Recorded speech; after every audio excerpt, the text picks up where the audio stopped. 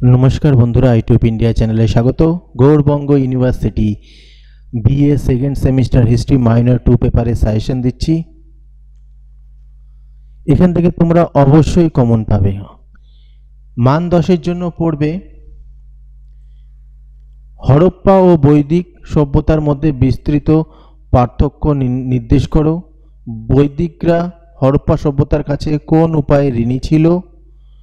হরপ্পা সংস্কৃতির বৈশিষ্ট্য বর্ণনা করো অথবা হরপ্পা সংস্কৃতির বৈশিষ্ট্য আলোচনা করো। মান 10 এর এগুলো পড়বে।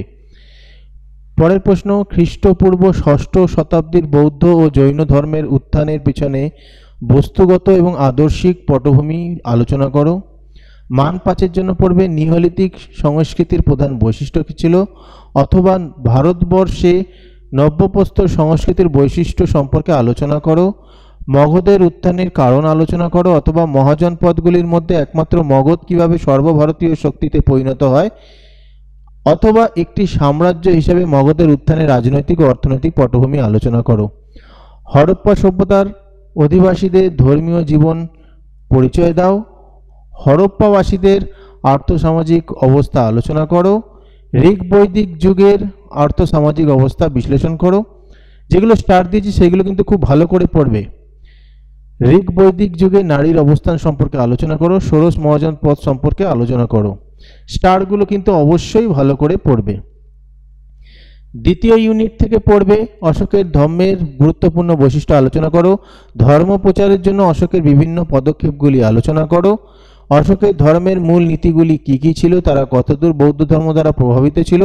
কনিষ্কের কৃতিত্ব আলোচনা করো অথবা কুষাণ সাম্রাজ্যের শ্রেষ্ঠ সম্রাট কে ছিল তার কৃতিত্ব আলোচনা করো। ভারতে কুষাণ শাসনের রাজনৈতিক ও সাংস্কৃতিক গুরুত্ব আলোচনা করো। তুমি কিভাবে ভারতের কুষাণ শাসনের রাজনৈতিক এবং সাংস্কৃতিক গুরুত্ব মূল্যায়ন করবে, এটা কিন্তু অর দিয়ে রয়েছে। পরের প্রশ্ন, সাতবাহনদের শ্রেষ্ঠ শাসক কে ছিল? শাসক ও বিজেতা হিসেবে তার কৃতিত্ব আলোচনা করো অথবা শক্তি বৃদ্ধিতে গৌতমীপুত্র সাতকর্ণীর অবদানের মূল্যায়ন করো। এটা অবশ্য গুরুত্বপূর্ণ রয়েছে, এখানে 5টা কোশ্চেনই গুরুত্বপূর্ণ। মান 5 এর জন্য পড়বে মৌর্য শিল্প ও স্থাপত্যের প্রধান বৈশিষ্ট্য অথবা মৌর্য শিল্পরীতি। মৌর্যোত্তর যুগের সাংস্কৃতিক উৎকর্ষতা সম্পর্কে আলোচনা করো। মৌর্য আর্থ সামাজিক অবস্থা সম্পর্কে আলোচনা করো অথবা মৌর্য আমলের সামাজিক ও অর্থনৈতিক অবস্থার পরিচয় দাও।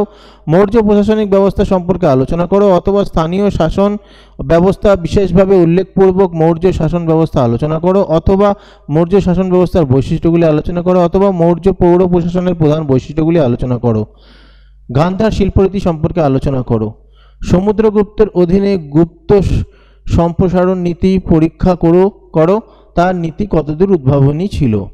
উত্তর ও দক্ষিণের পরাজিত রাজাদের প্রতি সমুদ্রগুপ্তকে একটি ভিন্ন নীতি গ্রহণ করতে প্ররোচিত করার কারণগুলো বলো। পরের প্রশ্ন, ভারতের ইতিহাসে দ্বিতীয় চন্দ্রগুপ্তের অবদান।